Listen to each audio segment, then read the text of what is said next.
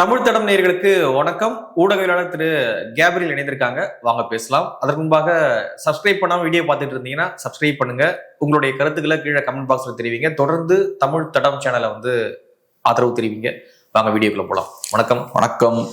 Election வந்துட்டாலே சின்ராசை கையிலேயே பிடிக்க முடியாது அப்படின்ற மாதிரி இந்த சர்வே நிறுவனங்கள்லாம் ஒரு விஷயங்களை வெளிப்படுத்திக்கிட்டே இருப்பாங்க. அது நரேட்டிவை பில்ட் பண்ற மாதிரி இருக்கும். சில சர்வே மக்களுடைய எண்ணங்களை பிரதிபலிக்கிற மாதிரி இருக்கும். காசு கொடுத்து ரிலீஸ் பண்ண நிறைய விஷயங்கள் இதுக்குள்ள இருக்கு. நிறைய அரசியலும் இதுக்குள்ள இருக்கு. ஸோ இப்பொழுது தமிழ்நாடு எலெக்ஷன் நெருங்கிடுச்சு. நிறைய நிறுவனங்கள் தங்களுடைய கருத்து கணிப்புகளை ரிலீஸ் பண்ணிட்டு இருக்காங்க. முக்கியமான ஊடகங்கள்ல அந்த கருத்து கணிப்புகள் ரிலீஸ் ஆயிட்டு இருக்கு. ஸோ அதிமுகவுக்கு கொஞ்சம் அட்வான்டேஜ் இருக்கிற மாதிரியான விஷயங்கள்லாம் சொல்லப்படுது. நாத்தாக்கா என்டிகே 4வது இடத்துக்கும் டிவிக்கே 3வது இடத்துக்கும் வராங்க அப்படின்ற மாதிரியான விஷயங்கள் தான் இந்த சர்வே சொல்லிக்கிட்டே இருக்காங்க. ஸோ எப்படி பாக்குறீங்க முதல்ல இந்த சர்வேலாம்? இந்த சர்வேவால மக்களுடைய அந்த மனசுல அந்த எண்ணத்துல கொஞ்சம் டிஸ்ட் பண்ணி விட முடியுமா? எப்படி பாக்குறீங்க இதை? நம்ம புரிஞ்சுக்க வேண்டிய விஷயம் என்னன்னா, இந்த சர்வேஸ் எல்லாமே ஒரு ஸ்கேம். இந்த சர்வேஸால ஒரு பிரயோஜனமும் கிடையாது. அப்படியே சொல்லிடலாம். எல்லாமே 100% சொல்லலாம். இந்தியா டுடே நடத்துறாங்க, முக்கியமான பெரிய பெரிய ஜென்ரலா சொல்றேன், பேர் எதுவும் சொல்லாம ஜென்ரலா சொல்றேன். இந்த சர்வேஸ் எல்லாமே ஸ்கேம். 99% survey scam. அது மட்டும் இல்லாம பெய்ட் சர்வேஸ். நான் பெய்ட் சர்வேஸ் சொல்றது அந்த சர்வே பண்றதுக்கு பே பண்றது இல்ல, இவங்களுக்கு ஃபேவரபிளான ரிசல்ட்ஸை போடுறதுக்கு பே பண்றது. ஸோ இது எல்லாமே பெய்ட் சர்வேஸ் தான் 99%. நான் யாரையும் இவங்க பண்ணாங்க அவங்க பண்ணாங்கலாம் சொல்ல வரல.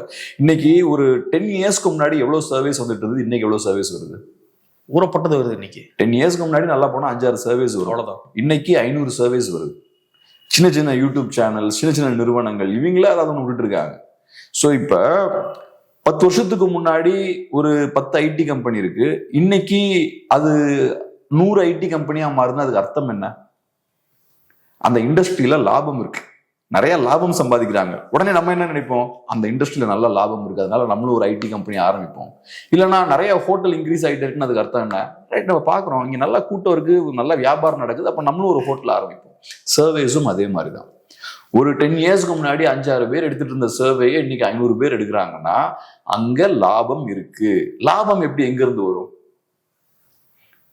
ஓகே, லாபம் எங்க இருந்து வரும்னா பொலிட்டிஷியன் இருந்தா வரும். ஸோ நீங்க இப்போ சர்வேயை பார்க்கும்போது நீங்க என்டர்டெயின்மெண்டா பார்க்கலாம். அதை அப்படி பார்த்துட்டு ஸோ இந்த சர்வே இந்த கட்சி ஜெயிக்கிற மாதிரி சொல்லுது, அப்ப இந்த சர்வேக்கு இந்த கட்சி ஃபண்ட் பண்றாங்க.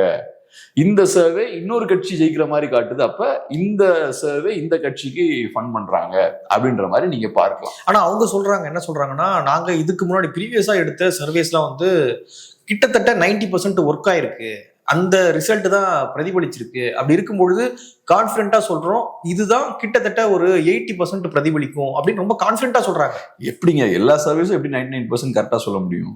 ஏன்னா இப்ப நான் ப்ரீவியஸ்ல அவங்களுக்கு ரெக்கார்டு இருக்குன்றாங்களே, எப்படி எல்லாருக்குமே எப்படி 99% ட்ராக் ரெக்கார்டு எப்படி இருக்க முடியும்? ஏன்னா இதை நான் கான்பிடண்டா கேட்கறேன்னா, இப்போ ஒரு 10 சர்வே நிறுவனங்கள் இருக்கு, அதுல ஒரு 5 பேர் இந்த கட்சி ஜெயிக்கும்பாங்க, இன்னொரு 5 பேர் அந்த கட்சி ஜெயிக்கும்பாங்க. அப்ப கண்டிப்பா 50% சர்வேஸ் தப்பா தானே இருக்கணும், எல்லாமே கரெக்டா இருக்காது. இப்ப நம்ம பாக்குறதே நம்ம பாக்குறோம், நிறைய சர்வேஸ் பார்த்தோம்னா திமுகவுக்கு அட்வான்டேஜ் கொடுக்குறாங்க, நிறைய சர்வேஸ் பார்த்தோம்னா அதிமுகவுக்கு அட்வான்டேஜ் கொடுக்குறாங்க. இதுல எல்லாருக்குமே 99% ட்ராக் ரெக்கார்டு இருக்க முடியாது இல்ல. ஓகே, எப்படியுமே இதுல பாதி பேர் தப்பா தானே இருக்கணும். ரெண்டாவது நான் இன்னொன்னு பார்த்தது என்னன்னா, அந்த சர்வே எடுக்கிற ஆட்கள்கிட்டையும் நான் பேசும்போது நம்மகிட்டயே உட்காந்து கான்பிடண்டா சொல்லுவாங்க, நான் சொன்னது எல்லாமே கரெக்டா நடந்திருக்கு, எங்க சர்வே எப்பவுமே கரெக்ட் தான். நான் யோசிச்சு பார்ப்பேன், ஒரு 2 இயர்ஸ் முன்னாடி 24ல ஏன் முன்னாடியே இந்த மாதிரி அடிச்சு சொல்லி தப்பா இருக்கு அவங்களுக்கு. ஸோ அவங்களோட அந்த 99% ட்ராக் ரெக்கார்டை இன்னும் கொஞ்சம் கூட டீட்டெயில்டா நம்ம பார்த்தோம்னா அங்க நிறைய ஓட்டை இருக்கும். நான் ஏன் இதை சொல்றேன்னா, சர்வேஸ் நீங்க மக்களோட ஓட்டிங் பேட்டர்னை கணிக்கிறது ரொம்ப கஷ்டம். ஒரு ஆங்கிள் இருந்து பார்த்தா ரொம்ப ஈஸி. ஃபார் எக்ஸாம்பிள், இப்ப சில நேரங்கள் பார்த்தோம்னா கவர்மெண்ட்டுக்கு எதிரான பயங்கரமான ஆன்டி இன்கம்பன்சி இருக்கும். 2021ல அதிமுக தோக்க போறாங்கன்றதை எல்லாருமே கணிச்சிட்டாங்க. அதுக்கு ஒன்றும் பெரிய ராக்கெட் சயின்ஸ்லாம் தேவையில்லை, அதுக்கு பெரிய இந்த தொகுதியில இவ்வளவு அந்த தொகுதி அதெல்லாம் தேவையில்லை, தோத்துருவாங்க, நம்ம எல்லாருக்குமே தெரிஞ்சதுதான். 2014ல பிஜேபி வருவாங்கன்னு எல்லாருமே கணிச்சாங்க, அதுக்கு ஒன்றும் பெரிய விஷயம். ஒரு நேஷனோட மூட ஓரளவுக்கு நம்ம ஃபீல் பண்ணிடலாம். ஆனா நீங்க இந்த தொகுதி அந்த தொகுதின்னு கணக்கெடுத்து எக்ஸாக்டா நீங்க டீட்டெயில்டா நீங்க கணிப்புகளை கொண்டு வர முடியாது. இப்ப நீங்க பெர்சன்டேஜ் எல்லாம் போடுறீங்களா, இதெல்லாம் ரொம்ப கஷ்டம். நான் சொன்ன மாதிரி சில நேரங்கள்ல பெரிய ஆன்டி இன்கம்பன்சி இருக்கும் போது சில விஷயங்களை கரெக்டா கணிக்கலாம். ஆனா இதை நீங்க ரெகுலரா பண்ண முடியாது. குறிப்பா 2024 நல்ல எக்ஸாம்பிள். எல்லாரும் பரவலா சொன்னது என்னன்னா பிஜேபி ஸ்வீப் பண்ண போறாங்க, கண்டிப்பா சிங்கிள் மெஜாரிட்டி கிடைக்கும், 300+ சீட்ஸ் உறுதின்னு எல்லாருமே சொன்னாங்க. பிகே உட்பட எல்லாருமே வெளியே வந்து பேசிட்டு இருந்தாங்க. சர்வே நிறுவனங்களோட ஓனர்ஸ், அந்த ஓனர்ஸ்ன்னு சொல்ல வேண்டாம், யார் அந்த நடத்துறவங்க, அந்த சர்வே நிறுவனங்களை மேனேஜ் பண்றவங்க எல்லாம் பெரிய பேட்டிகள்லாம் கொடுத்தாங்க. கடைசியில் என்ன நடந்தது? 300 வரலையே, மெஜாரிட்டியே வரலையே. ஆமா. ஸோ நான் ஏன் இதெல்லாம் சொல்றேன்னா, இப்ப நான் சொன்ன மாதிரி ஒரு தொகுதி எடுத்து நம்ம டீட்டெயில்டா ஸ்டடி பண்றது ரொம்ப கஷ்டம். எனக்கு அதுல பர்சனலா ரொம்ப இன்ட்ரெஸ்ட் இருந்தது. மக்களோட ஓட்டிங் பேட்டர்ன் எப்படி இருக்கு, வயசானவங்க எப்படி ஓட் பண்றாங்க, பெண்களோட ஓட்டிங் பேட்டர்னை யார் இன்ஃப்ளூயன்ஸ் பண்றா, இதெல்லாம் பார்க்கறதுல எனக்கு இன்ட்ரெஸ்ட் இருந்தது. அதனால நிறைய எஃபோர்ட்ஸ் போட்டேன். ஒரு தொகுதியை கணக்கு பண்றதே கஷ்டம். இப்ப நீங்க பாண்டிச்சேரிக்காரர், நான் கன்னியாகுமரிக்காரர். என் ஊர்ல நிறைய யூனிக்கான விஷயம் இருக்கும், அது எனக்கு தான் ஓரளவுக்காவது புரியும். உங்க ஊர்ல நிறைய யூனிக்கான விஷயம் இருக்கு, அதெல்லாம் உங்களுக்கு தான் யூனிக்கா புரியும். ஸோ இதெல்லாம் கால்குலேட் பண்ணி கரெக்டா அவுட்புட் கொடுக்கறது ரொம்ப கஷ்டம். அது மட்டும் இல்லாம இந்தியாவை எடுத்துக்கிட்டோம்னா தமிழ்நாடு ஒரு உலகம், யூபி பார்த்தோம்னா இன்னொரு உலகமா இருக்கும். இந்தியா ஃபுல்லாலாம் நீங்க கருத்து கணிப்புலாம் கரெக்டா எடுக்கிறதால ரொம்ப ரொம்ப ரொம்ப கஷ்டம். இந்தியாவுக்குள்ள ஒரு 3 யூரோப் இருக்கு. யூரோப்போட மொத்த பாப்புலேஷன் என்ன ஒரு 500 பில்லியன் இருக்கும், நம்ம ஏறக்குறைய 1.5 பில்லியன். 3 யூரோப் இருக்கு, பெரிய பெரிய பாப்புலேஷன் உள்ள பகுதிகள். ஸோ இவங்களோட ஓட்டிங் பேட்டர்ன்லாம் ஈஸியா நம்ம கணிக்க முடியாது. இது ஒண்ணு. ரெண்டாவது, இவங்க இந்த சர்வேஸ்லாம் இருக்காங்கல்ல, கரெக்டாகவும் அவங்க வேலையை பண்ணல. இப்ப நம்ம தமிழ் திறம் சர்வே நாளைக்கு ஒன்று ரிலீஸ் பண்ணி திமுகவுக்கு 30, அதிமுகவுக்கு 30, அப்புறம் இந்த கட்சிக்கு 10, 20 ஏதோ சொல்லணும்னு வச்சுப்போம். யாருக்கு என்ன தெரியும் நம்ம என்ன பண்ணோம்னு? இப்ப நான் ஒரு சர்வே எடுத்தா ஒரு ரிசல்ட் போடுறேன்னா நான் என்ன மெத்தடாலஜியை யூஸ் பண்ணேன்னு யாருக்குமே தெரியாது, எவ்வளவு ஆட்களை இறக்குன்னா எதுவுமே தெரியாது. அப்ப அதை மற்றவங்களுக்கும் அப்ளை ஆகும்ல. அப்ப இங்க சிஸ்டமே ஒப்பேக்கா இருக்கு. அப்ப எதுக்கு அதை நம்ம நம்பி டைமை வேஸ்ட் பண்ணணும்? அவங்க என்ன பண்ணாங்கன்னே நமக்கு தெரியாது. இப்ப நாளைக்கே நம்ம ஒரு சர்வே போடுவோம், யாரும் ஒண்ணு கேட்க முடியாது. சும்மா வேணா கொஞ்சம் பேர் ஏதாவது அதை வச்சு கமெண்ட் பண்ணிட்டு இருப்பாங்க. முன்னாடி சரியா இருந்தது, இப்போ சரியா இல்லைன்றதா உங்க வாதமா, இல்ல முன்னாடி அப்படிதான் இருந்துச்சா? எனக்கு தெரிஞ்ச அதுக்கான யூஸே கிடையாது, தேவையே இல்லை. எதுக்கு மக்களுக்கு சர்வே ரிசல்ட்ஸ் எல்லாம் தேவை? இப்ப பொலிட்டீஷியனுக்கு தேவை இருக்கு. இப்ப நான் ஒரு அரசியல்வாதி, ஒரு தொகுதியில நான் வந்து என்னோட பலம் எப்படி இருக்குன்றத செக் பண்ணணும்னு நினைக்கிறேன்னு வச்சுப்போம். நான் பெரிய அரசியல்வாதி, நிறைய பணம் வச்சிருக்கேன். ஸோ அப்ப எனக்கு அந்த எம்எல்ஏ சீட்டுன்றது முக்கியம். அப்பதான் நான் நாளைக்கு மினிஸ்டர் ஆக முடியும், நாளைக்கு பெரிய பணம் சம்பாதிக்கணும், இதெல்லாம் இருக்கு. ஸோ அந்த எம்எல்ஏ சீட்டுன்றது எனக்கு ரொம்ப அவசியம். அப்ப நான் என்ன பண்றேன், ஒரு சர்வே டீமை உள்ள கொண்டு வரேன், ஒரு நிறுவனத்தை கூப்பிட்டு அவங்களுக்கு மாசம் ஒரு 4-5 லட்ச ரூபா கொடுக்குறேன். அவங்கள ஒரு 3 months ஒர்க் பண்ண வைக்கிறேன். ஃபீல்ட்ல என்ன பிரச்சனைகள் எல்லாத்தையும் கண்டுபிடிங்க. அப்ப எம்எல்ஏக்கு அது தேவை இருக்கு. இந்த காஸ்ட் இந்த மாதிரி யோசிக்கிறாங்க, இந்த மதத்தவர்கள் இந்த மாதிரி யோசிக்கிறாங்க, இந்த வர்க்கத்தை சேர்ந்தவர்கள் இப்படி யோசிக்கிறாங்க, முதலாளிகளுக்கு இந்த பிரச்சனை இருக்கு, இதெல்லாம் டீட்டெயில்ல அனலைஸ் பண்றாருன்னா பிரயோஜனம். எனக்கு என்ன பிரயோஜனம் இருக்கு அதுல? ஜோஷியத்தால எனக்கு என்ன பிரயோஜனம் இருக்கு? இந்த கட்சி ஜெயிக்க போகுதுன்னு ஜோஷியம் சொல்றீங்க, இதுல எனக்கு என்ன பிரயோஜனம்? அதுவும் இல்லாம ஒரு 20-30 சர்வே அவுட்புட்ஸ் வருது, ரிசல்ட் வருது, ஒவ்வொருத்தனும் ஒவ்வொன்னு சொல்றான். அப்புறம் முடிஞ்சதுக்கு அப்புறம் நான் கரெக்டா சொன்னேன் பார் அப்படின்றான். இன்னைக்கு கரெக்டா சொன்னவன் நாளைக்கு தப்பா சொல்லுவான். இப்ப அதிமுக ஜெயிக்கும்னு 10 பேர் சொல்றீங்க, திமுக ஜெயிக்கும்னு இன்னொரு 10 பேர் சொல்றீங்க. கண்டிப்பா ஏதாவது ஒரு கட்சி ஜெயிக்க தான் போகுது. அப்ப கண்டிப்பா பாதி பேர் கரெக்டா தான் சொல்ல போறாங்க. இப்ப நாங்கெல்லாம் இப்ப இந்த 12th எல்லாம் படிக்கும்போது இந்த கரெக்டான ஆன்சரை டிக் பண்ண சொல்லுவாங்கல்ல, நான் என்ன பண்ணுவேன்னா ரிஸ்க் எடுக்க மாட்டேன், மாத்தி போட்டு ஏதாவது ஒன்னா ஸ்ட்ரைட்டா எடுத்து போட்டுருவேன். அடிச்சு 5 கரெக்ட் ஆகும் அப்படின்னு. குறைந்தபட்சம் ஒரு 25% ஸ்ட்ரைக் ரேட் இருக்கும். நான் மாத்தி போட்டேன்னா எனக்கு 10% தான் இருக்கும். அதே மாதிரி தானே இதுவும். என்ன ரிசல்ட் சொன்னாலும் எவனோ கரெக்டா தான் இருக்க போறான். ரெண்டுல இன்னும் ஒண்ணுதானே படிக்கும். ஆமா. சோ இப்ப எனக்கு ஒரு கன்சியூமரா 10 சர்வே ரிசல்ட் வருது. அதுல இந்த கட்சி விஜய்க்குன்னு ஒரு 4 பேர் சொல்றாங்க, அந்த கட்சி ஜெயிக்குன்னு இன்னொரு 4 பேர் சொல்றாங்க, இன்னொரு கட்சி ஜெயிக்குன்னு 2 பேர் சொல்றாங்க. இதுல நான் என்ன முடிவு எடுக்க முடியும்? ரிசல்ட் முடிஞ்சதுக்கு அப்புறம் இவன் கரெக்டா சொன்னான்னு எனக்கு தெரியுது. ஆனா ரிசல்ட்டுக்கு முன்னாடி நான் ஒரு கன்க்ளூஷனுக்கே வர முடியாது இந்த சர்வே ரிசல்ட்ஸ் எல்லாம் வச்சு. அப்ப எனக்கு என்ன யூஸ் இருக்கு அதுல? ஒரு கன்சியூமரா என் டைம் நான் அதுல வேஸ்ட் பண்றதுல என்ன யூஸ் இருக்கு? 24ல நானே பெரிய தப்பு பண்ணேன். இவங்க சொன்ன கதையெல்லாம் நம்பிட்டு நானுமே பிஜேபிக்கு சிங்கிள் மெஜாரிட்டி வரதுக்கு வாய்ப்பு இருக்குன்னா நான் பேசிட்டு இருந்தேன். அப்ப 240 தான் வந்துச்சு. ஆமா, இவங்க கொடுத்த பில்டப் அப்படி இருந்தது. அப்புறம் தான் நமக்கு தெரிஞ்சது மார்க்கெட்டிங் பண்ணிருக்கானுங்க. இவங்க சர்வே ரிசல்ட் எல்லாம் சொல்ல, இவங்க மார்க்கெட்டிங் பண்றாங்க. அதனாலதானே பிகேக்கெல்லாம் என்ன தேவை? பிகே எல்லாம் பாத்தீங்கன்னா 25 எலெக்ஷன்ஸ்க்கு முன்னாடி ஏகப்பட்ட தடவை எல்லா டிவிலையும் போய் பேட்டி கொடுத்துட்டு இருந்தாரு. நீ ஒரு எலெக்ஷன் ஸ்ட்ராட்டஜிஸ்ட், சோ மக்களுக்கு உன் மேல ஒரு நம்பிக்கை இருக்கு. பிகேவுக்கு அரசியல் சார்ந்த விஷயங்கள்லாம் நல்லா டீப்பா தெரியும். சோ அவர் 300+ சொல்றாருன்னா அதுக்கு ஒரு வேல்யூ கிரியேட் ஆகுது. அப்ப இவங்க எல்லாமே மார்க்கெட்டிங் பண்ணிட்டு இருந்திருக்காங்க. அதுதான் விஷயம். அப்பதான் எனக்கு புரிஞ்சுது, நம்ம தேவையில்லாம இந்த சர்வேஸை வச்சு டைமை வேஸ்ட் பண்ணக்கூடாது. இல்ல எடுக்கணும் அப்படின்னா அதுக்கு வந்து நிறைய பொருட்செலவு நடக்கும். இப்ப இங்க பண்றவங்கனால அந்த மாதிரியான பொருட்செலவெல்லாம் பேர் பண்ண முடியாது. நான் சொன்ன மாதிரி ஒரு தொகுதியில நீங்க நல்லா ஸ்ட்ராங்கா டீப்பா ஒர்க் பண்ணணும்னா மினிமம் ஒரு 1 மந்த் நீங்க ஒர்க் பண்ணணும். ஒரு வார்டுல நீங்க ஒரு 30 சாம்பிள்ஸாவது நீங்க எடுத்தா கரெக்டா இருக்கும் ஒரு வார்டுல. அதுவும் கரெக்டான சாம்பிள்ஸா இருக்கணும். அவங்க கருத்து கணிப்பு எடுக்க போறவங்க என்ன பண்ணுவாங்கன்னா ஈஸி சாம்பிள்ஸ் எடுப்பாங்க. காலேஜ் பசங்கிட்ட இருந்து வாங்குறது ஈஸி. பஸ் ஸ்டாண்ட்ல நிப்பாங்க, தம்பி சொல்லுங்க அப்படின்னு டக்குன்னு வாங்கிடலாம். வீட்டுல வயசானவங்க இருப்பாங்க, அவங்ககிட்ட இருந்து வாங்குறது ஈஸி. ஆனா நீங்க 30-40 வயசு ஆட்கள்கிட்ட போய் கேட்டீங்கன்னா 1008 கேள்வி கேட்பான். நீ யாரு, எங்க இருந்து வந்த, இதை நான் அவங்ககிட்ட சொல்லணுமா? அதனால அவங்க கிட்ட எல்லாம் போக மாட்டாங்க. ஸோ சாம்பிள்ஸ் பாத்தீங்கன்னா பேலன்ஸ்டா இருக்காது. ஸோ அவங்க வசதிக்கு ஏற்ற மாதிரி இந்த விஷயங்கள் பண்ணுவாங்க. சில சாம்பிள் எடுக்கிறவங்க என்ன பண்ணுவாங்க, அதாவது மரத்தட்டில் உட்காந்து அவங்களே டிக் அடிப்பாங்க. இதெல்லாம் நடக்கும். இதெல்லாம் நீங்க உள்ள போய் கேர்ஃபுல்லா எடுத்து பார்க்கணும். ஸோ நான் கரெக்டா ஒரு டீம் எல்லாம் வச்சிருந்தா கூட பிரச்சனை வரும். இங்க சர்வே எடுக்கிறேன்னு சொல்றவங்களுக்கு எல்லாம் டீமும் கிடையாது, ஒண்ணும் கிடையாது. ஒரு ஆள் தான், ஒண்ணும் கிடையாது, இவங்களுக்கு எதுவும் கிடையாது. சும்மா 4 ஸ்டூடெண்ட்ஸ் வச்சு எடுக்கிறோன்றது, அவங்க வச்சு எடுக்கிறோன்றது, வாலண்டியர்ஸ் வச்சு எடுக்கிறோன்றது, அப்பெல்லாம் எடுக்க முடியாது. ரூம்ல உட்காந்து டிக் பண்றது. நீங்க ஒரு டீம் வச்சு சம்பளம் கொடுத்தாலே ஒழுங்கா பண்ண மாட்டாங்க. அதுல நிறைய சிக்கல்கள் இருக்கு. நீங்க பாட்டுக்கு உங்களுக்கு பிடிச்ச ஆட்கள் எல்லாம் அனுப்புறதுக்கு நாங்க ஸ்டூடெண்ட் வாலண்டியர்ஸ் வச்சு எடுக்கிறோம், அவங்களுக்கு வச்சு ஸ்டைஃபண்ட் மாதிரி கொடுக்குறோம். ஸ்டூடெண்ட்ஸால அதை ஹேண்டில் பண்ண முடியாது. நான் அதே மாதிரி வச்சு நான் ஒரு ஸ்டூடெண்டா இருக்கும்போது இந்த மாதிரி ஒரு நிறுவனத்துக்கு நான் ஒர்க் பண்ணியிருக்கேன், படிச்சுட்டு இருக்கும் போதே. அப்பயும் அதே மாதிரிதான் நான் நோட் பண்ணது என்னன்னா நிறைய சிக்கல்கள் வரும்.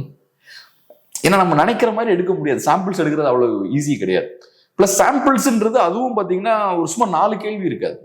ஒரு 15-20 கொஸ்டின்ஸ் நம்ம டீட்டெயிலா கேட்டிருப்போம். எல்லாம் டைரக்ட் கொஸ்டின்ஸ் தான் இருக்காது, இன்டைரக்ட் கொஸ்டின்ஸ் தான் இருக்கும். அதெல்லாம் கேட்டாதான் கரெக்டா அந்த மக்களோட மனநிலையை நம்ம புரிஞ்சுக்க முடியும். இதெல்லாம் நான் சொல்றது சின்சியரா சர்வே எடுக்கணுன்ற எண்ணம் இருக்க ஒருத்தர் இதெல்லாம் பண்ணுவான். இங்க நிறைய பேருக்கு அந்த எண்ணமும் கிடையாது. இவங்களை பொறுத்த லெவலில் இது ஒரு மார்க்கெட்டிங் ஸ்ட்ராட்டஜி தான்.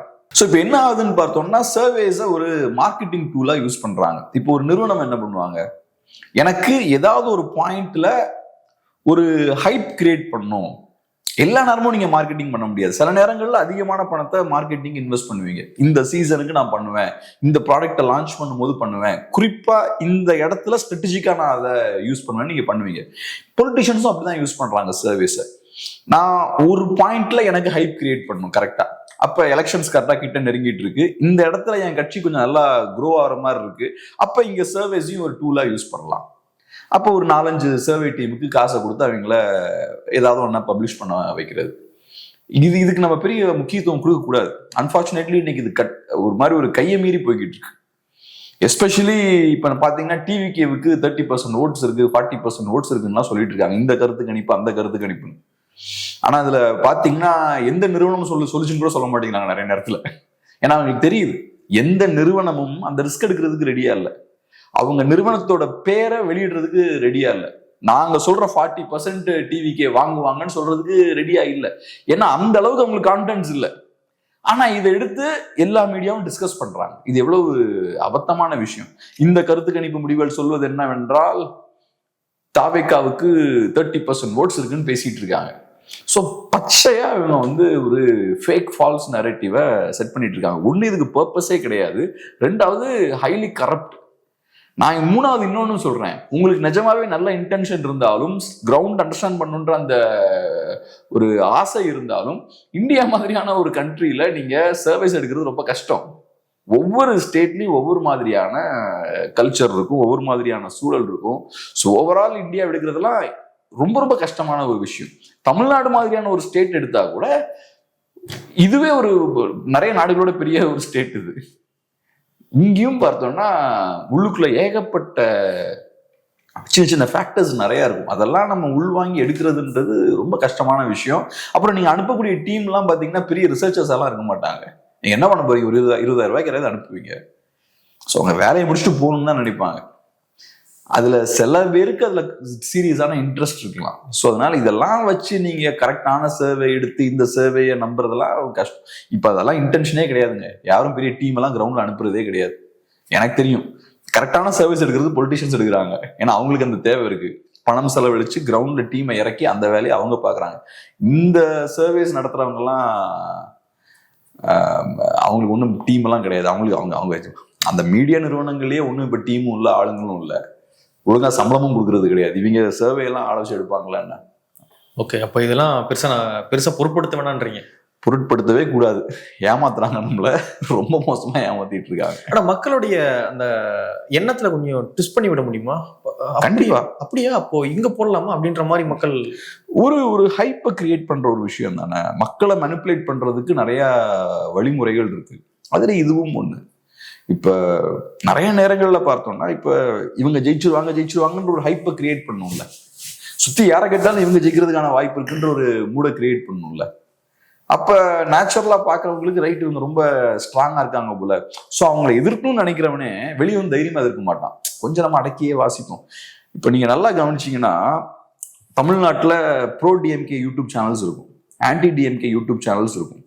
இப்ப டிஎம்கேவுக்கு ஒரு வெற்றி கிடைக்குதுன்னா ஆன்டி டிஎம்கே யூடியூப் சேனல்ஸ்லாம் வியூஸ் கம்மியாயிரும். ஆன்டி டிஎம்கே மக்கள் களத்துல இருக்கதான் செய்யறாங்க, ஆனா அவங்க ஆன்டி டிஎம்கே கண்டென்ட்டை கன்சியூம் பண்றது கம்மியாயிரும். ஏன்னா அவங்களுக்கு தோத்துட்டோம், அந்த தோத்ததுக்கு அப்புறம் என்ன, சும்மா உட்காந்து வீடியோ பார்க்கல என்ன இருக்கு அப்படின்னு இறங்கிடுவாங்க. ஆனா இப்ப திமுக ஜெயிக்கிறாங்கன்னா ப்ரோ டிஎம்கே சேனல்ஸோட வியூஸ் எல்லாம் பார்த்தா இன்க்ரீஸ் ஆகும். ஏன்னா அவங்க ஹைப்ல இருப்பாங்க, போய் கமெண்ட் பண்றது, ஜெயிச்சிட்டோம், அந்த வெற்றியை கொண்டாடுறதுக்கு நிறைய வீடியோஸ் எல்லாம் போய் பார்ப்பாங்க. ஸோ அந்த தோல்வி மனநிலை அந்த கட்சியோட ஆதரவாளரை இன்ஆக்டிவ் ஆக்கிடும், தொய்வடைய வச்சு சோர்வடைய வைக்கும். ஸோ இப்போ நீங்க தொடர்ச்சியா எல்லா சைடும் இந்த கட்சி தான் ஜெயிக்க போகுது, இந்த கட்சி தான் ஜெயிக்க போகுதுன்னு ஒரு ஹைப் கிரியேட் பண்ணிட்டே இருந்தீங்கன்னா ஆப்போசிட் ஆள் ஆட்டோமேட்டிக்கா ஒன்று டெல் ஆயிடுவாரு. அப்புறம் ஜெயிக்கும்னு ஒரு கட்சியை ப்ரொமோட் பண்றீங்கல்ல, அந்த தொண்டர்கள் ஆக்டிவ் ஆவாங்க. ஸோ அந்த ஒரு அட்வான்டேஜ்லாம் இருக்கு. இதெல்லாம் ஒரு வகையான ஒரு அட்வான்டேஜ் கிரியேட் பண்ண முடியும். ஆனா நீங்க என்னதான் இந்த ஹைப் எல்லாம் கொடுத்தாலும் மக்களுக்கு ஒரு முடிவு இருக்கும்.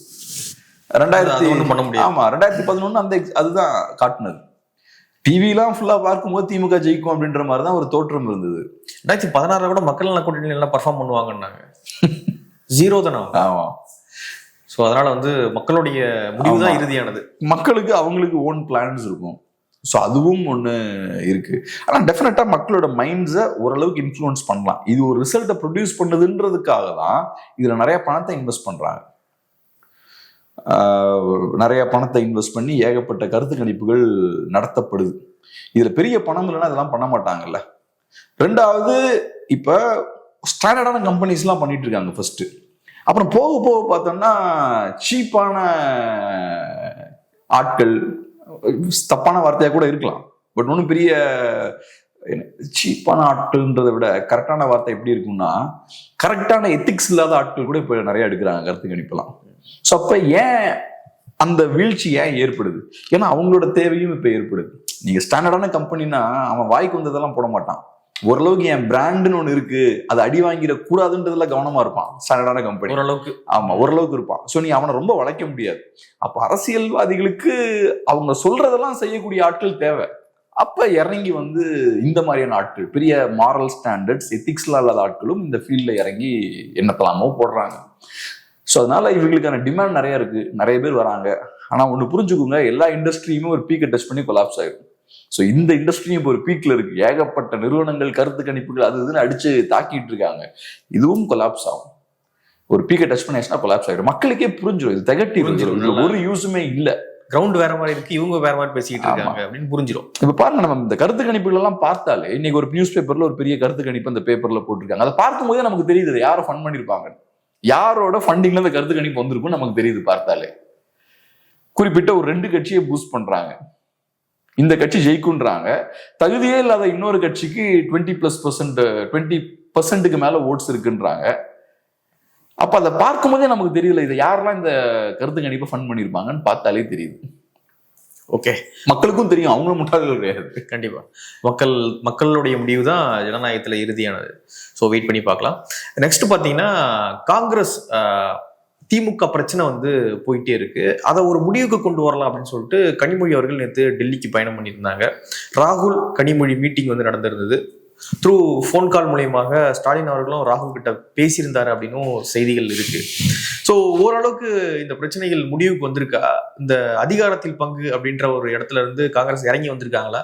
எப்படி பாக்குறீங்க? எனக்கு என்னமோ காங்கிரஸோட கை ஓங்கி இருக்கிற மாதிரி தான் தெரியுது. திமுக டெஸ்பரேட்டா பின்னாடி ஓடுற மாதிரி தான் எனக்கு தெரியுது. இன்ஃபேக்ட் இப்ப காங்கிரஸ் இறங்கி வந்ததுக்கான எந்த ஒரு இண்டிகேஷனும் இல்லை. இன்னைக்கு நம்ம ஹிந்து பேப்பர்ல பார்த்தா அவங்க ஒரு சில விஷயங்கள்லாம் அவங்க மென்ஷன் பண்ணியிருக்காங்க. அதுல சொல்லப்பட்டிருக்க விஷயம் என்னன்னா, நாங்க ஒரு ஐவர் குழு உருவாக்குறோம் காங்கிரஸ் பார்ட்டி. அந்த ஐவர் குழுவோட நீங்க என்கேஜ் ஆகல. அந்த ஐவர் குழு உருவாக்குனதுக்கான காரணம் என்ன? பேச்சுவார்த்தை நடத்தணும் கூட்டணி குறித்து. அப்ப திமுக இன்னொரு குழு உருவாக்கணும், 2 பேரும் சேர்ந்து முடிவுகளை எடுக்கணும். ஆனா திமுக அவங்க சைட்ல இருந்து குழு உருவாக்கல. அவங்க ஸ்ட்ரைட்டா ராகுல் காந்திட்ட போறாங்க, நாங்க மேல் இடத்துல பேசி எல்லாம் முடிச்சுக்கிறோம். ஸோ இப்ப அந்த நியூஸ் என்னவா இருக்குன்னா, ஸோ ராகுல் காந்தி ஒரு ரிக்வஸ்ட் வைக்கிறார் ஸ்டாலின் அவர்கள்கிட்ட, நீங்களும் ஒரு கமிட்டி ஃபார்ம் பண்ணுங்க, கமிட்டி ஃபார்ம் பண்ணி நம்ம பேச்சுவார்த்தையை நடத்தலாம். அப்ப இது பேர் என்ன?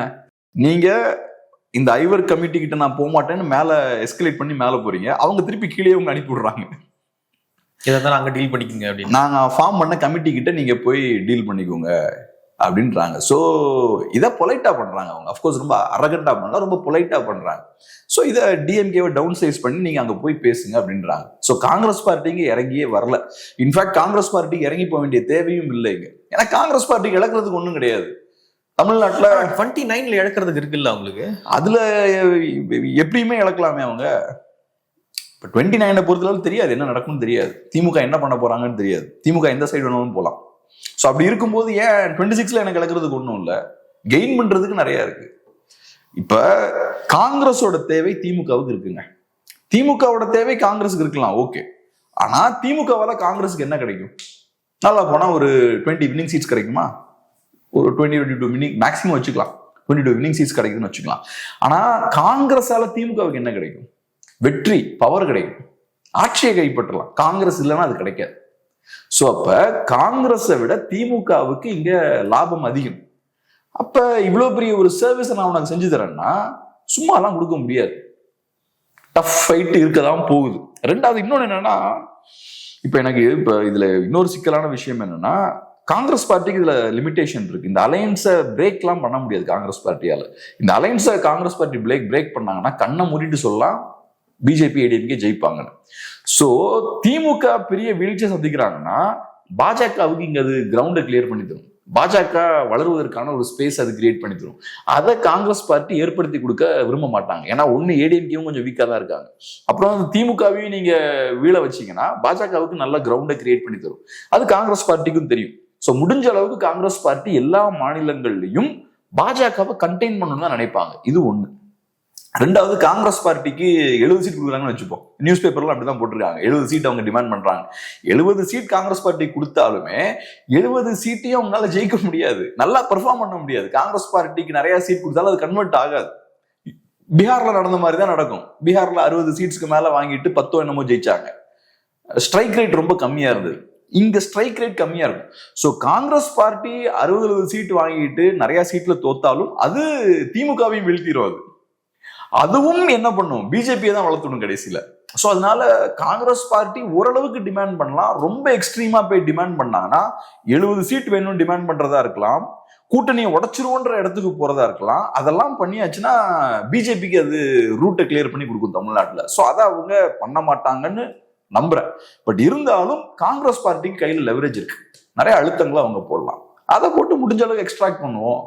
நம்ம தேவை இருக்கு. நான் இருக்கிற வரைக்கும் தான் திமுக ஒரு பாஜக எதிர்ப்பு கட்சின்னு மக்கள் நம்புவாங்க. காங்கிரஸ் திமுக என்னை கழட்டி விடுதோ அன்னைக்கு மக்களுக்கு திமுக மேல இருக்கக்கூடிய நம்பிக்கை போயிடும். திமுக பாஜகவோட சமரசம் பண்ண ரெடி ஆறாங்கன்னா எல்லாரும் பார்ப்பாங்க. ஸோ அதனால அந்த ஒரு லெவரேஜ் காங்கிரஸ் பார்ட்டிக்கு இருக்கு. அதை யூஸ் பண்ணி முடிஞ்ச அளவுக்கு என்ன பண்ண முடியுமோ பண்ணுவாங்க. அதிகார பகிர்வுன்றது நல்ல ஆப்ஷன் காங்கிரஸ் பார்ட்டிக்கு. சீட்ஸை கூட கம்மியா வாங்கிக்கலாம், வாங்கிட்டு அதிகாரத்துல ஒரு ஷேர் வாங்கிக்கலாம். ஸோ அலைன்ஸ் பார்ட்னர் தோக்குறதுக்கும் நீங்க விட மாட்டீங்க. அட் த சேம் டைம் உங்களுக்கும் கம்மியான சீட் ஜெயிச்சாலும் உங்களுக்கு அதிகாரத்துல ஒரு ஷேர் கிடைக்குது. ஒரு 20 சீட் ஜெயிச்சுட்டு அதிகாரத்துல ஷேர் எடுத்துக்கோங்க. அது நல்ல ஆப்ஷன் அவங்களுக்கு. ஆனா திமுக இந்த ஆப்ஷனை ஏத்துப்பாங்கன்னு தெரியல. ஏன்னா இது வரைக்கும் ஏத்துக்கிட்டது கிடையாது. இப்ப ஏத்துக்கிறதும் கஷ்டம் திமுக. இந்த ஜோடங்கர் அப்படின்ற அந்த குழு, அவங்க தலைமையிலான குழு வந்து அதிகாரத்துல பங்கு அப்படின்ற விஷயத்த ரொம்ப ஸ்ட்ராங்கா வைக்கிறது காரணமாகத்தான் திமுக தலைமை வந்து ஸ்ட்ரைட்டா நாங்க ராகுல் கிட்டே டீல் பண்றோம் அப்படின்னு சொல்லிட்டு அங்க போயிருக்காங்க. சோ அவங்க என்னன்னு பாத்தீங்கன்னா, நீங்க அவர்கிட்டே போய் டீல் பண்ணுங்க அப்படின்றாங்க. அப்போ இந்த ஆட்சியில பங்கு அப்படின்ற ஒரு விஷயத்துல காங்கிரஸ் ரொம்ப உறுதியா இருக்காங்க அப்படின்ற. காங்கிரஸ் பார்ட்டி செய்தது கரெக்ட் தான், அப்படிதான் பண்ணணும். நாங்க ஒரு கமிட்டி ஃபார்ம் பண்றோம், அந்த கமிட்டியோட நீங்க டிஸ்கஸ் பண்ணுங்கன்னு சொல்றோம். நீங்க அங்க வந்து நின்னா, டெல்லி வந்து நின்னா என்ன அர்த்தம்? கமிட்டி ஃபார்ம் பண்ணுங்க, உங்களுக்கு ஏதாவது கருத்து இருக்குன்னா கமிட்டி சொல்லுங்க, கமிட்டி என்கிட்ட டெலிகேட் பண்ணுவோம். அதை அதுக்குதானே கமிட்டி ஃபார்ம் பண்ணதே. நீ என் கமிட்டியை மதிக்கலன்னா என்ன மதிக்கலன்னு அர்த்தம்? அந்த கமிட்டி என் பார்ட்டியில ஃபார்ம் பண்ணிருக்கு. ஸோ என்ன ரூட்ல வரணுமோ அந்த ரூட்ல வாங்கன்றாங்க அவங்க. ஓகே, அது கரெக்டான ஒரு டிசிஷன் தான். இப்போ ஒரு ஆர்கனைசேஷன் இருக்கு, ஒரு சிஸ்டம் இருக்கு, சிஸ்டமுக்கு உட்பட்டு தானே செயல்படணும். நான் சிஸ்டம் மதிக்காம எடுத்தோடனே நான் சிஇஓட்ட போயிட்டு பேச முடியாது இல்ல. ஒரு சிஸ்டம் இருக்கு, ஹெச்ஆர் இருப்பாங்க, மேனேஜர்ஸ் இருப்பாங்க, அவங்க கிட்டலாம் என்னோட கிரீவன்ஸ் நான் சொல்லணும். அதுக்கப்புறம் அதெல்லாம் சரியாகலை அப்படின்னா மேல நான் எஸ்கலேட் பண்ணலாம். நான் கமிட்டியே ஃபார்ம் பண்ண மாட்டேன், அவங்க கமிட்டி ஃபார்ம் பண்ணி கமிட்டியை ஃபார்ம் பண்ணா ஸ்ட்ரைட்டா மேலதான் போவேன்னா அப்ப நீங்க இவங்களோட சிஸ்டமா மதிக்க மாட்டேங்கிறீங்கல்ல. மதிக்காம இருக்கலாம். எப்ப அப்படி இருக்கலாம்னா உங்க கையில அதிகப்படியான பலம் இருந்ததுன்னா நீங்க அப்படி இருக்கலாம். காங்கிரஸ் பார்ட்டி எங்களை நம்பி இருக்காங்க, வேற வழியே இல்லைன்னா நீங்க அப்படி இருக்கலாம். ஆனா இப்ப உங்களுக்குள்ள காங்கிரஸ் பார்ட்டி தேவை, அது காங்கிரஸ் பார்ட்டிக்கும் தெரியும். பொலிட்டிக்ஸ் வந்து பியூர் பவர் கேம், ஃப்ரெண்ட்ஷிப்லாம் அங்க எதுவுமே கிடையாது. காங்கிரஸ் பார்ட்டி கிட்ட அதிகாரம் இருந்தா திமிரா அவங்க பிஹேவ் பண்ணுவாங்க, திமுக கிட்ட பவர் அதிகமா இருந்தா இவங்க திமிரா பிஹேவ் பண்ணுவாங்க. இல்ல நம்ம நேத்தெல்லாம் ஃப்ரெண்ட்ஸா இருந்தோமே, அதெல்லாம் எதுவும் கிடையாது. பவரோட வெளிப்பாடு வேற மாதிரி இருக்கும். ஸோ இன்னைக்கு காங்கிரஸ் பார்ட்டி கிட்ட அதிகாரம் இருக்கு, ஸோ அது வெளிப்படுது. போய் கமிட்டி ஃபார்ம் பண்ணுங்கன்னு அனுப்பி வச்சிருக்காங்க. ஓகே, இந்த கூட்டணி காங்கிரஸ் திமுக கூட்டணி 26ல ஒன்னா சேர்ந்து போட்டிட்டாலும் 26க்கு பிறகு எப்ப வேணா உடையலாம் முடியும் அந்த கூட்டணி. எனக்கு என்ன அப்படிதான் தோணுது. ஏதோ ஒரு புகைச்சல் இருக்கு உள்ள, ஏதோ சிக்கல் இருக்கு அவங்களுக்கு, அது முத்தி போன நிலையில இருக்கும். ஆமா, 26 உடைக்க மாட்டாங்கன்னு நினைக்கிறேன். 26 உடைக்கலாம் கூட, ஆமா, எலெக்ஷன் முடிஞ்ச உடனே கூட உடைச்சிடலாம். எனக்கு என்னமோ அப்படிதான் தோணுது. 29க்கு அப்புறம் 29க்கு முன்னாடி உடைச்சிருவாங்கன்னு தோணுது. ஆனா 26 சர்வே ஆயிரும்னு நினைக்கிறேன். ஏன்னா நான் சொன்ன மாதிரி 26ல உடைச்சா ஒண்ணு காங்கிரஸ் பார்ட்டிக்கு சீட்ஸ்லாம் எதுவும் கிடைக்காது, அந்த இழப்பு. ரெண்டாவது நீங்க பிஜேபிக்கு ரூட்டை ஃப்ரீயா அலோவ் பண்றீங்க. ரெண்டாவது நீங்க 60 சீட்ஸ் கண்டெஸ்ட் பண்ணாலும் உங்களுக்கு ஒன்றும் பிரோஜனம் கிடையாது, நீங்க தோக்கதான் போறீங்க. அதை கண்டெஸ்ட் பண்ற அளவுக்கு உங்களுக்கு ஸ்ட்ரென்த்தும் கிடையாது. ஸோ இந்த சிக்கல்கள்லாம் இருக்கிறதால சீட்ஸ் எல்லாம் டிமாண்ட் பண்ணி அலைன்ஸை உடைக்கிறதுல ஒரு லாஜிக்கும் கிடையாது. 29 பொறுத்தளவுல மேபி உடையலாம். ஏன்னா நான் சொன்ன மாதிரி பாஜகவுக்கு திமுகவோட தேவை ஏற்படலாம். அப்படி ஏற்பட்டா அது காங்கிரஸோட கையில இல்லை. ஆனா இப்ப அந்த தேவை ஏற்படல திமுகவுக்கு. அப்படி இருக்கும்போது காங்கிரஸுக்கு புத்திசாலித்தனமான விஷயம் என்னவா இருக்கும்னா, முடிஞ்ச அளவுக்கு நெருக்கி பிடிச்ச சீட்ஸை வாங்கலாம், அதிகார பகிர்வுக்கு வளர்ச்சி கொண்டு வர முடியும்னா அதையும் பண்ணலாம். ஏன்னா இப்ப திமுகவுக்கும் சிக்கல் என்னன்னா, சீட்ஸ் கொடுக்க முடியாது, ஏகப்பட்ட கூட்டம் இருக்காங்க, சீட்ஸ் அதிகமா கொடுக்க முடியாது. அப்ப எக்ஸ்ட்ரா கொடுக்கணும்னா வேற என்ன கொடுக்கலாம்? அதிகாரத்தில் பங்கு மட்டும்தான் அவங்க கையில இருக்கு. அப்ப நெருக்கி பிடிச்சி அங்க கொண்டு வரலாம். வேண்டாம், அது கொண்டு வர வச்சா நல்லது, தமிழ்நாட்டு அரசியலுக்கும் நல்லதுதான்.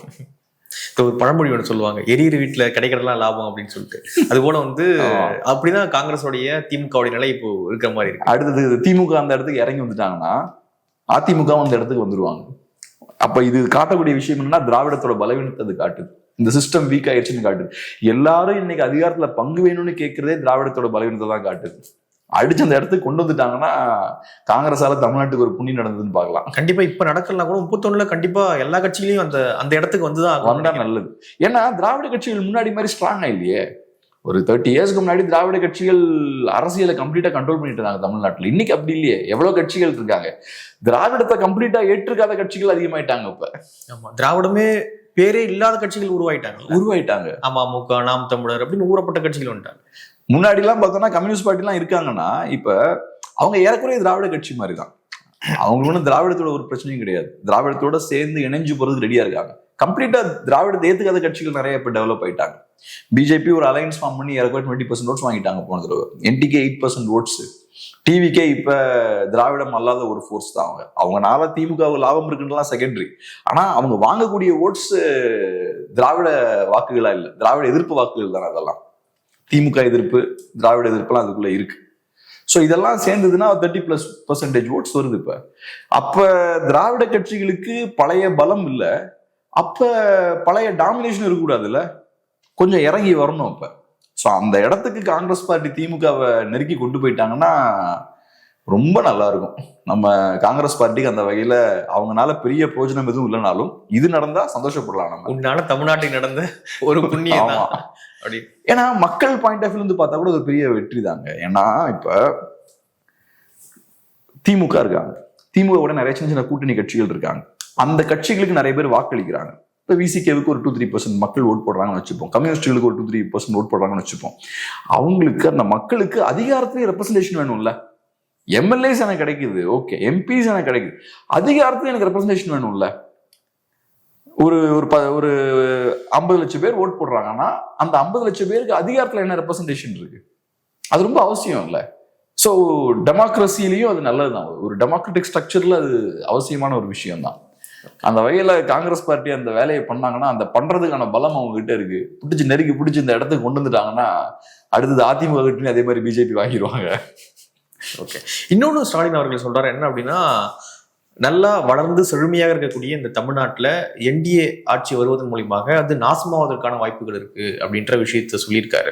ஸோ என்டிஏ ஆட்சி, அதாவது அதிமுக ஆட்சி இங்க வருது, அதிமுக பாஜக ஆட்சி இங்க வருது அப்படின்னா செழுமையாக வளமையாக இருக்கக்கூடிய தமிழ்நாடு வீழ்ந்துருமா, எப்படி பாக்குறீங்க? இப்ப இதுல 2 விஷயம் இருக்கு. ஃபர்ஸ்ட் விஷயம் என்னன்னா, இன்னைக்கு திமுக அதை பத்தி பேசுறாங்க. என்டிஏ அதிகாரத்தை கைப்பற்றுனா தமிழ்நாடு வீழ்ந்துரும், பொருளாதார ரீதியா பெரிய சரிவை எதிர்கொள்ளும் அப்படின்ற மாதிரி இப்ப ஸ்டாலின் அவர்கள் பேசுறாரு. இதை பேச வேண்டிய தேவை என்ன? சோ மாற்றம் வேணுன்ற எண்ணம் மக்களுக்கு இருக்கு. இன்னைக்கு திமுகவை தாண்டி வேற மாற்று அரசியல் சக்தி வேணுன்ற எண்ணம் மக்களுக்கு இருக்கு. சோ அதனாலதான் நீங்க தெளிவுபடுத்துறீங்க, என்டிஏ வந்தா சிக்கல் ஆயிரும், குரோத் வேணும்னா எங்களுக்கு தான் நீங்க ஓட்டு போடணும் அப்படின்ற ஒரு எச்சரிக்கையை நீங்க கொடுக்குறீங்க. சோ அந்த இடத்துக்கு தமிழ் சொசைட்டி இன்னைக்கு போயிருக்குனாலே திமுக தோத்து போச்சுன்னா, திமுக மேல பெர்ஃபெக்டான சாட்டிஸ்பாக்சன் மக்களுக்கு இருக்குன்னா அங்க போக வேண்டிய அவசியமே இருக்காது, நீங்க இந்த விளக்கம் கொடுக்க வேண்டிய அவசியமும் இருக்காது. சோ ஒண்ணு திமுகவோட பாலிசி சரியில்லை. இப்போ கவர்மெண்ட் என்ன பண்ணலாம், முதல்ல கவர்மெண்ட் மிஷினரியை ஒழுங்கா ரன் பண்ணணும், கரெக்டா டாக்ஸ் கலெக்ட் பண்ணணும், வாங்கின பணத்தை கரெக்டா இன்வெஸ்ட் பண்ணணும், கரெக்டா ஸ்பெண்ட் பண்ணணும், அதுக்கப்புறம் growthக்கு தேவையான பாலிசிஸை ஃப்ரேம் பண்ணணும். நம்ம கரெக்டா டாக்ஸ் பண்றோமா, அதிகமா டாக்ஸ் பண்றோம், அது போக நம்ம மதுபானங்கள் வழியா நம்ம ரெவன்யூ ஜென்ரேட் பண்றோம், அந்த பணத்தை நம்ம கரெக்டா ஸ்பெண்ட் பண்றோமா, கிடையாது, இலவசங்கள் நம்ம அள்ளி வீசுறோம். அதுக்கப்புறம் கரெக்டான பாலிசிஸ் எல்லாம் ஃப்ரேம் பண்றோமா, அதுவும் சரியா பண்றது கிடையாது. நீங்க இன்வெஸ்ட்மெண்ட்லாம் சரியா பண்ணலாலே பாலிசிஸ் எல்லாம் பெருசா growthக்கு ஏற்ற மாதிரியான பாலிசிஸ் எல்லாம் நீங்க ஃப்ரேம் பண்ண முடியாது. ஸோ இந்த சிக்கல்கள்லாம் இருக்கு. இதெல்லாம் இருக்கும்போது மாற்று வேணும், வேற ஏதாவது ஒரு ஆல்டர்னேட்டிவ் வேணும் அப்படின்ற இடத்துக்கு வராங்க. அப்ப நீங்க சொல்றீங்க இல்ல என்டிஏ ரொம்ப மோசம், எங்களை விட மோசம் அப்படின்றீங்க அவங்கள. ஸோ ஃபர்ஸ்ட் புரிஞ்சுக்க வேண்டியது என்னன்னா, இங்க சிக்கல் இருக்கு, இது first point. Second, okay, BJP NDA நல்ல ஒரு ஆப்ஷனா இருக்குமா அப்படின்றது 2வது முக்கியமான கேள்வி. என்ன பொறுத்தளவுல பிஜேபியால தமிழ்நாட்டுக்கு பெரிய growth கொடுக்க முடியாது.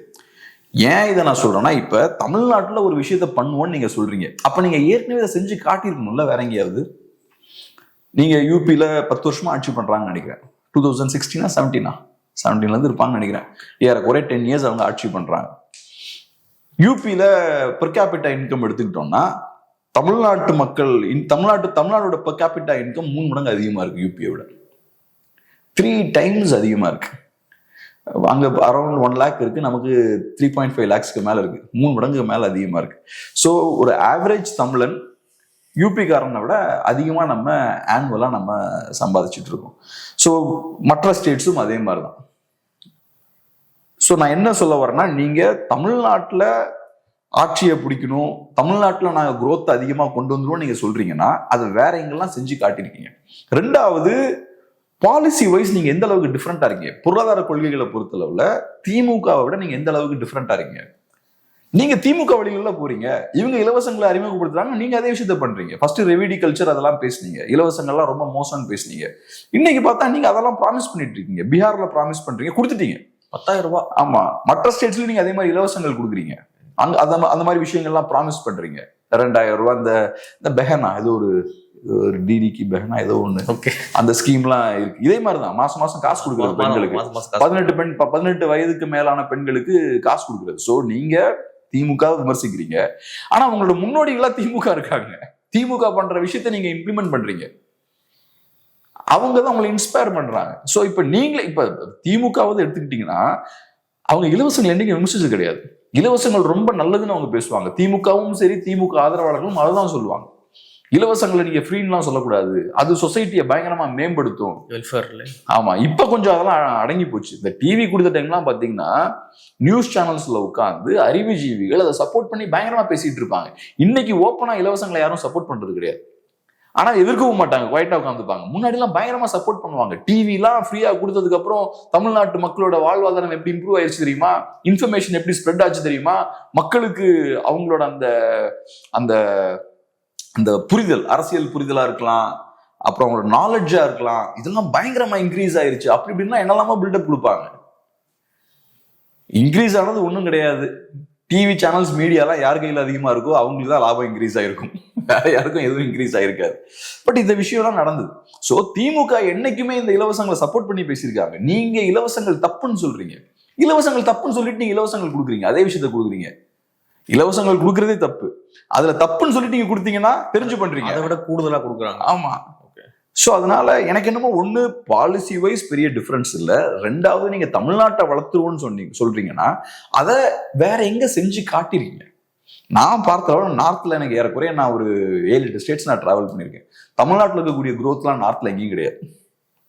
நீங்க நல்லா அட்வான்ஸ்டான ஸ்டேட்ஸ்ன்னு சொல்ற மாநிலங்கள்ல கூட அங்க இருக்கிற நகரங்கள் நல்லா வளர்ந்துருக்கும். அதை தாண்டி நீங்க கொஞ்சம் நகரங்களை தாண்டி கொஞ்சம் வெளியே போனீங்கன்னா இங்க இருக்கக்கூடிய growth இருக்காது, எஜுகேஷன் இருக்காது, லிவிங் ஸ்டாண்டர்ட்ஸ் அந்த அளவுக்கு இருக்காது, இதெல்லாம் எதுவும் அங்க இருக்காது. குஜராத்லாம் நல்லா, அதுதான் நான் சொல்ல வரேன். குஜராத்லாம் நல்லா வளர்ந்துருக்குனாலும் அங்கேயும் நீங்க சிட்டிஸ்லாம் எடுத்துக்கிட்டீங்கன்னா சிட்டிஸ்ல நல்லா growth இருக்கும். அதை தாண்டி வெளியே போகும்போது இங்க மாதிரி இருக்காது. தமிழ்நாடோட ஸ்பெஷாலிட்டி என்னன்னா ஓரளவுக்கு ஈவனா growth ஸ்ப்ரெட் ஆயிருக்கும். இன்னைக்கு அந்த வளர்ச்சி நம்ம கையை விட்டு போயிட்டு இருக்கு, அது வேற விஷயம். பட் ட்ரெடிஷ்னலா நம்ம இந்த சிட்டிஸ் தாண்டி ஈவனா growth பார்த்தீங்கன்னா கீழேயும் ஸ்ப்ரெட் ஆயிருக்கும். நீங்க கிராமங்களையும் நம்ம நல்லா ஸ்ட்ராங்கா இருக்கும். அதுல ஒரு பெரிய ஸ்ட்ரென்த் இருக்கு. இப்போ ஃபிலிம் இண்டஸ்ட்ரிலாம் எடுத்துக்கிட்டீங்கன்னா இப்ப மாறிட்டு இருக்கு கொஞ்சம். ஒரு 15 இயர்ஸ் முன்னாடிலாம் பார்க்கும்போது தமிழ்நாட்டில் ஏகப்பட்ட தியேட்டர்ஸ் இருக்கும், கிராமங்கள்லாம் தியேட்டர்ஸ் இருக்கும். நார்த்ல அதுக்கான ஸ்பேஸே இருக்காது. நீங்க கிராமங்கள்லாம் தியேட்டர்ஸ் பார்க்க முடியாது நார்த்தன் ஸ்டேட்ஸ்ல. ஸோ அதனால தமிழ்நாடை பொறுத்தளவுல பார்த்தீங்கன்னா அப்பவே ஒரு 400-500 தியேட்டர்ஸ்லாம் ரிலீஸ் பண்றாங்கன்னா எல்லா ஊர்லயும் தியேட்டர்ஸ் இருக்கும், சின்ன சின்ன தியேட்டர்ஸ் எல்லா ஊர்லயுமே இருக்கும். அந்த கல்ச்சரே அங்கெல்லாம் கிடையாது. அது காரணம் அவங்க படம் பார்க்கறதுக்கு விருப்பம் இல்லைன்னு கிடையாது. அது காரணம் தியேட்டர் ஒன்று இருக்குன்னா மக்களுக்கு அந்த அளவுக்கு எக்கானமி இருக்கணும். தியேட்டர்ல போய் படம் பார்த்து அதை அந்த தியேட்டரை சக்சஸ்ஃபுல்லா ரன் பண்ண வைக்கிற அளவுக்கு அந்த எக்கானமி இருக்கணும், அந்த பிசினஸ் வயபிளா இருக்கணும்ல. இன்னைக்கு நம்ம ஒரு லக்ஸுரி கார் தமிழ்நாட்டில் இறக்குறோம்னா அதுக்கான மார்க்கெட்டிங் இருக்கணும்ல, அதை வாங்குறதுக்கான கெப்பாசிட்டி மக்களுக்கு இருக்கணும்ல. ஸோ தியேட்டர்ஸ் அங்கே இல்லைன்னா அது காட்டக்கூடிய விஷயம் என்ன, அதுக்கான பொருளாதாரம் அங்கே இல்லை. இப்போ சூழலே மாறிடுச்சு. இப்போ இங்கேயும் பார்த்தீங்கன்னா தியேட்டர்ஸ்லாம் எல்லாம் மூடிட்டு இருக்காங்க, எல்லாம் மல்டிப்ளெக்ஸை ஃபோக்கஸ் பண்ணி போக ஆரம்பிச்சிட்டு இருக்கு. இப்போ இந்த மால்ஸ் இந்த மாதிரி போக ஆரம்பிச்சிருச்சு. பட் நான் சொல்ல முன்னாடி அந்த மாதிரி இருந்தது. ஸோ அதனால இங்க இன்னைக்கும் பார்த்தோம்னா அந்த growth பார்த்தோம்னா ஓரளவுக்கு ஈவனா ஸ்ப்ரெட் ஆயிருக்கும். தமிழ்நாடு வந்து வெறும் சிட்டிஸை மட்டுமே சார்ந்திருக்கக்கூடிய மாநிலம் கிடையாது, அந்த சிக்கல்லாம் இருக்கு. ஸோ ஓகே, நான் என்ன சொல்றேன், உங்களால ஒரு ஸ்டேட்டை நெக்ஸ்ட் ஸ்டேஜுக்கு தூக்கிட்டு போக முடியும்னா ஏன் இப்போ யூபி உங்களால அந்த மாதிரி கொண்டு போக முடியல? வேற நிறைய ஸ்டேட்ஸ் இருக்கு, அதெல்லாம் ஏன் உங்களுக்கு கொண்டு போக முடியல? அங்க இருக்கக்கூடிய வீக்கான பொருளாதார ரீதியா ரொம்ப பின்னாடி இருக்கக்கூடிய ஸ்டேட்ஸ்லாம் அவங்க தூக்கிட்டு போக முடியல. ஒன்றும் இல்லை, இப்போ நம்ம இங்கே ட்ராவல் பண்ணும்போது ட்ரெயினில் ட்ராவல் பண்ணும்போது நம்ம ஃபீல் பண்ணலாம். சவுத் இந்தியாவை தாண்டி நம்ம ட்ரெயினில் ட்ராவல் பண்ணும்போது நார்த்துக்கு போனோம்னா கல்ச்சரலாக பயங்கர சேஞ்சஸ்லாம் நடக்கும். பொருளாதார ரீதியாக அவங்க எவ்வளோ பின்தங்கி இருக்காங்கன்றது நீங்கள் பார்க்கலாம். இப்போ நம்ம வீடியோஸ் நிறைய பார்க்குறோம், ட்ரெயினுக்குள்ள அடிச்சு பிடிச்சி உள்ள வராங்க. அது காட்டக்கூடிய விஷயம் என்ன, அது கலாச்சார ரீதியாக ஒரு பெரிய பிரச்சனை இருக்குன்னு காட்டுது, பொருளாதார ரீதியாகவும் பிரச்சனை இருக்குன்றதை காட்டுதுல்ல அது. அப்போ ஏன் இதெல்லாம் அங்கே இருக்கு? நீங்கள் ஸ்ட்ராங்காக இருக்கக்கூடிய பகுதிகளில் ஏன் அங்கே இருக்கு? ஸோ எனக்கு அஃப்கோர்ஸ் தமிழ்நாட்டில் பிரச்சனை இருக்கு, அதை நான் ஏத்துக்கிறேன். ஆனா என் பிரச்சனைக்கான சொல்யூஷன் இங்க கிடையாது. ஸோ தமிழ்நாட்டுக்கு தமிழ் மக்களை ப்ராப்பரா ரெப்ரசென்ட் பண்ணக்கூடிய பார்ட்டிஸ் இங்க வேணும். அப்ப என்டிஏ வர்றதுனால பிரச்சனை இல்லைன்றீங்க? நம்ம தமிழ் மக்கள் கையில பவரை கொடுக்கணும். இப்போ ஒன்றும் இல்லைங்க, இப்போ தமிழ்நாட்டில் பிஜேபி லீடர்ஸை யார் அப்பாயின்ட் பண்றா? சென்ட்ரல் தான், சென்ட்ரல் தான் அப்பாயின்ட் பண்றாங்க. அப்போ இங்க இருக்கிற லீடர்ஸுக்கு என்ன பவர் இருக்கும்? அண்ணாமலை இன்னைக்கு செல்வா கூட இருக்காரு, ஆனா அவரை நீங்க அப்பாயின்ட் பண்ணலையே, உங்களுக்கு வேற கால்குலேஷன்ஸ் இருக்கு. இப்ப நிஜமாவே இங்க இருக்கக்கூடிய லீடர்ஸுக்கு பவர் இருக்குன்னா அப்படி பண்ண முடியாதுல்ல. மக்கள் செல்வாக்கு இருக்கக்கூடிய லீடரை மாத்திட்டு நீங்க உங்க வசதிக்கு ஏற்ற மாதிரி புது லீடரை அப்பாயின்ட் பண்றீங்க. ஸோ அதனால தமிழ் மக்கள் இங்க இந்த மக்களை ப்ராப்பரா ரெப்ரசென்ட் பண்ணக்கூடிய ஒரு பார்ட்டியை உருவாக்கணும். இன்னைக்கு சிக்கல் நமக்கான ப்ராப்பரான ஒரு பார்ட்டி இல்லை. தமிழ் இன்ட்ரெஸ்ட் சரியா ரெப்ரசென்ட் பண்ணப்படலை இங்க இருக்கக்கூடிய பார்ட்டிஸால. ஸோ அதனாலதான் நம்ம ஊர்ல வந்து ஈஸியா குப்பையை கூட்டிட்டு போறாங்க, இங்க இருந்து மலையை உடைச்சு மலை உடைச்சு தூக்கிட்டு போயிடுறாங்க. சோ இப்ப நமக்கான பிரதிநிதிகள் அங்க இருந்து அப்படி விட மாட்டாங்கல்ல. இது ஏன் ஊர்ரா இப்படி பண்ணக்கூடாதுன்னு சொல்லுவாங்க. இப்ப நம்ம போய் கேரளால போய் தூக்கிட்டு வர முடியாது. நாங்க ஒரு ப்ராப்பரா அவங்களுக்கான ரெப்ரஸன்டேட்டிவ்ஸ் அங்க இருக்காங்க. அன்பார்ச்சுனேட்லி இங்க அது இல்லை. நம்ம அதை தான் சரி பண்ணணும். அதை சரி பண்ணாம நம்ம இவங்க வந்தா சரியாயிரும், அவங்க வந்தா சரியாயிரும்னா அது சரியாகாது. ஸோ நம்ம கையில பொலிட்டிக்ஸ் முதல் எடுக்கணும். நிறைய விஷயங்களை மூட பகிர்ந்துக்கிட்டீங்க. நன்றி. நன்றி.